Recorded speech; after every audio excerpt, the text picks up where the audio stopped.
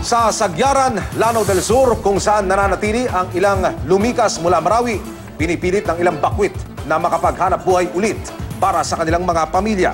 Kahit daw binabaha ang maliit na stall sa Sagyaran, nagtitiis magtinda ng damit ang bakwit mula Marawi na si Pamela Yusof. Nalugi raw si Yusof ng 4 na milyong piso dahil sa bakbakan. Ang isa pang bakwit na si Ahmad Derimbang nagtitinda sa labas ng Sagyaran Town Hall.